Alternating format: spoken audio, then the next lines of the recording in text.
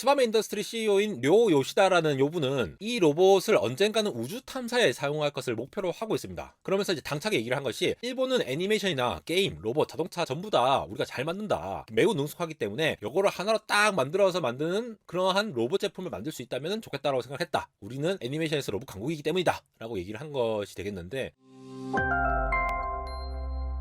네, 여러분 반갑습니다. 안대공학 에러입니다. 일본의 츠바메 인더스트리라고 하는 스타트업이 있습니다. 여기서 건담 닮은 로봇을 만들었는데요. 지금 보시는 이 로봇인데 그야말로 사람이 탑승이 가능하고 자동차가 되면서 동시에 움직이는 형태로 되는 건담형 로봇을 개발을 했다라고 합니다. 배터리로 구동되고요. 중량이 3.5톤이니까 사이버 트럭보다 조금 더 무거운 정도거든요. 이 스타트업에서는 요거를 300만 달러, 그러니까 하나로 한 40억 원 정도에 팔겠다라고 얘기를 했는데, 여러 가지 영상 보시면서 어디에 쓰임새가 있을 수 있고 뭐 한계는 무엇인지 이런 것 좀 분석을 해 보도록 하겠습니다. 돌이켜보면 건담이라는 시리즈가 일본에서 1979년에 나왔으니까 지금 거의 50년이 넘어가는 시기지 않습니까? 저는 어렸을 때 보고 그 이후에는 잘 보지는 않았는데 아직도 여전히 인기가 많기도 하고, 어떻게 보면은 이러한 사람이 탑승하는 어떤 로봇에 대한 그 전형을 보여주는, 이게 실제로 나왔다라는 게 좀 신박한 부분이죠. 높이가 15피트니까 이름이 ARCHAX라고 불러야 될지 ARCHAX라고 불리는데, 내부에서 이 로봇의 팔과 손을 이렇게 제어하면서 움직일 수 있다라고 하는 것이죠. 그래서 앞부분에 이렇게 해치가 열리면서 사람이 중앙에 탑승하고, 방금 보시다시피 디스플레이가 양쪽에 쫙 있기 때문에 조이스틱이라든가 페달이라든가 아니면 터치 패널로 조작이 가능할 수 있는 저런 모션도 이렇게 할 수 있는 거죠, 안에서. 그러한 프로토타입을 내놨다고 보시면 되겠습니다. 이게 이제 신박한 부분이, 사람이 일단 저렇게 가운데로 탑승하는 형태라는 게 우리가 만화, 일본 애니메이션에서 굉장히 많이 보는 형태의 어떤 인가된 로봇의 모습이었는데, 그걸 실제로 개발을 했다라는 게 좀 특이한 부분이 되겠죠. 두 개의 팔을 갖고 있고, 저 아래쪽을 보시면은 아까 말씀드렸다시피 네 개의 바퀴 형식의 다리를 가지고 있습니다. 그래서 이 로봇 자체는 로봇 모드로 이렇게 움직일 수도 있는 거고, 동시에 차량 모드도 지원해서 로봇 모드 시에는 딱 서면 한 4.5m 정도 되고, 차량 모드 때는 이제 바퀴가 내려오니까 3.9m 정도 된다라고 하네요. 저런 컨테이너 박스 같은 저런 가 건물에서 실제로 여러 가지 테스트를 하고 있는 것으로 보이고요. 이게 결국은 이제 배터리로 움직이는 구조인데 3.5톤이라고 하니까 테슬라의 사이버 트럭이 약 3톤 전후로 된다라고 지금 추정을 하고 있는 부분이 있는데, 어느 정도의 배터리를 넣고 저렇게 움직일 수 있을지 같은 것들을 좀 비교를 해 보자면은, 사실 사이버 트럭은 엔진을 통해서 빠르게 움직이게 되는데, 이 로봇 같은 경우는 아직 프로토타입이긴 하지만 상당히 이제 움직임이 느리죠. 전체적으로 무거운 각 구조물들을 움직이는 것, 바퀴로 계속 구르게 해서 가는 전기차와는 조금 다른 구조라고 보시면 되겠습니다. 저런 조인트별로 롤 피치 움직이면서 저 속도를 맞춰가는 것들이, 물론 우리가 매뉴얼로 조이스틱으로 조작을 하고 터치 스크린으로 조작을 한다 하더라도 특정 움직임을 할 때 어떤 AI 기반으로 한 것은 아닌 것으로 보이고요. 고전적인 이 로봇 키네마틱스,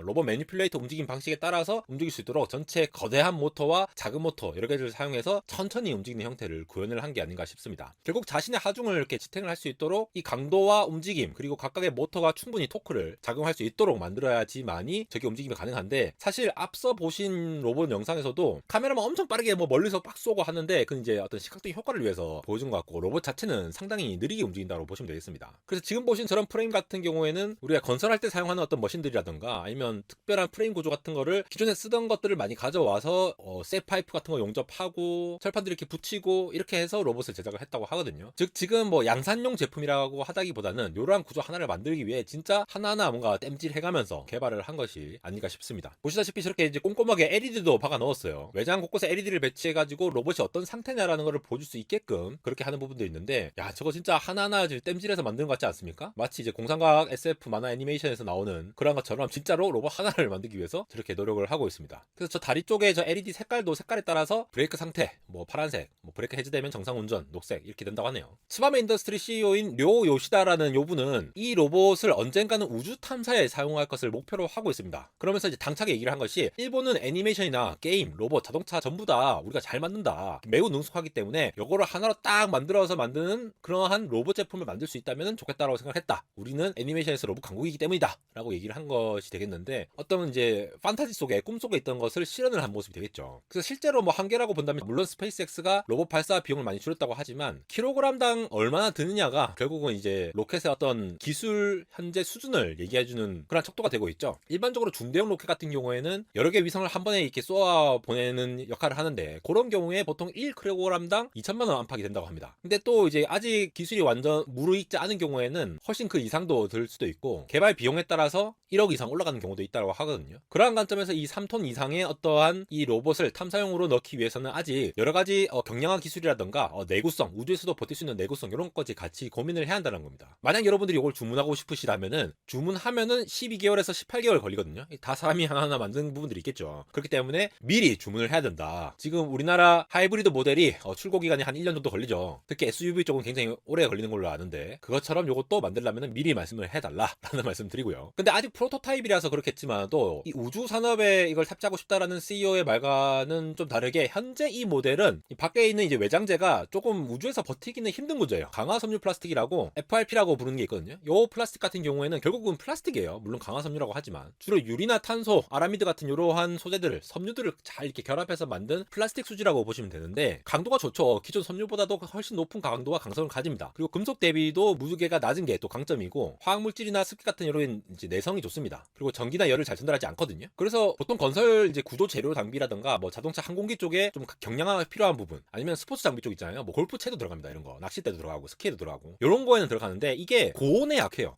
너무 뜨거우면 안 된다라는 거죠. 고온에 노출되면 속성 자체가 약화될 수가 있고 제조 비용 자체도 이제 양산 쪽에서는 좋지는 않습니다. 그렇기 때문에 아직 우주로 보내기에는 현재 프로토타입 버전이라고 보시면 될 것 같고 그리고 만들기가 쉽지 않으니까 이제 가격이 올라가는 부분도 있겠죠. 그래서 특정한 애플리케이션 쪽에서는 경량화 측면에서는 좋은데 이것 자체로 아직 뭐 우주에 보낸다라는 정도는 아니다라고 보시면 될 것 같고요. 아직 외신이나 여러 아티클을 통해서 밝혀지지 않은 부분인데 결국 이게 배터리로 움직인다면은 배터리가 얼마나 지속 가능한지 어느 정도 속도를 더 올릴 수 있는지 이런 것들이 다 중요할 거잖아요. 아까 잠깐 말씀드렸다시피 테슬라의 요 사이버 트럭 같은 경우에 트라이모터 기준으로 얘 자체는 한 800km까지 가죠. 500마일 가니까. 물론 이거는 앞으로 전진하는 형태로만 가고 스바메에서 만든 이 건담 로봇 같은 경우에는 손도 움직여야 되고 사람을 이동시키기도 해야 되고 공기 저항 같은 요소들을 거의 고려하지 않은 형태로 진짜 인간형 로봇으로 만들었기 때문에 그런 부분에서의 조금 아쉬운 점이 있을 수 있겠죠. 즉 배터리로 움직일 수 있는 부분의 한계, 구동 시간에 대한 제약상이 있을 수 있다라는 점 그런 점들은 좀 유의 깊게 봐주셔야 될 것 같고 만약에 우주 탐사에 들어간다면은 뭐 나사라든가 각 이제 우주 항공 쪽에서 이러한 프로토타입을 토대로 한 어떤 거를 사갈 수는 있겠죠. 그런데 당장 테슬라에서도 AI를 토대로 해서 옵티머스와 같은 테슬라 봇을 만들고 있고 오픈 AI도 지금 만들고 있잖아요. 즉 AI 자체가 이 로봇의 매니플레이팅을 하는 역할의 가장 중요한 요소가 되는데 고전적인 어떤 서버 모터 이용해서 롤피치 이용해서 모터 움직이고 하는 것들만 이용한 건지는 잘 모르겠지만 구동이 있어서 좀 아쉬운 점들이 많지 않겠느냐라고 아직은 좀 더 개발이 필요하겠다 싶은 부분들이 있고요. 이게 물론 40억 원에 판다고는 하지만 과연 이 스타트업에 있던 제품을 특정한 용도로 사갈 것이냐라는 측면에서는 저는 개인적으로 좀 아쉬운 점이 들더라고요. 저거를 누구나 돈 들여서 만든다면은 만들 수 있는 거 아닌가? 라는 생각이 들더라고요. 물론 대기업에서는 저걸 만들지 않겠죠. 특별히 사지 않는 이상. 그러한 좀 아쉬움이 있었는데 향후 이러한 걸 토대로 사람이 탈 수 있는 이런 로봇에 대한 연구가 주목이 될 수도 있는 그러한 주목도는 있을 것 같습니다. 츠바메 인더스트리 가보시면은 팔로워가 174명밖에 안 되죠. 최근에 올린 영상이 있는데 다 느려요. 유튜브에 올라온 영상들하고 다 비슷한 정도이고 뭐 아직은 좀 아쉬운 게 아닌가 싶습니다. 이렇게 일본의 스타트업에서 건담 닮은 새로운 로봇을 제시한 걸 보니 어렸을 적에 많이 보았던 로봇들이 생각나면서도 실제 상용화는 어렵지 않을까? 진짜 쓸모는 있는 걸까? 하는 의구심에 빠르게 영상을 정리해본 안달공학 에러였습니다.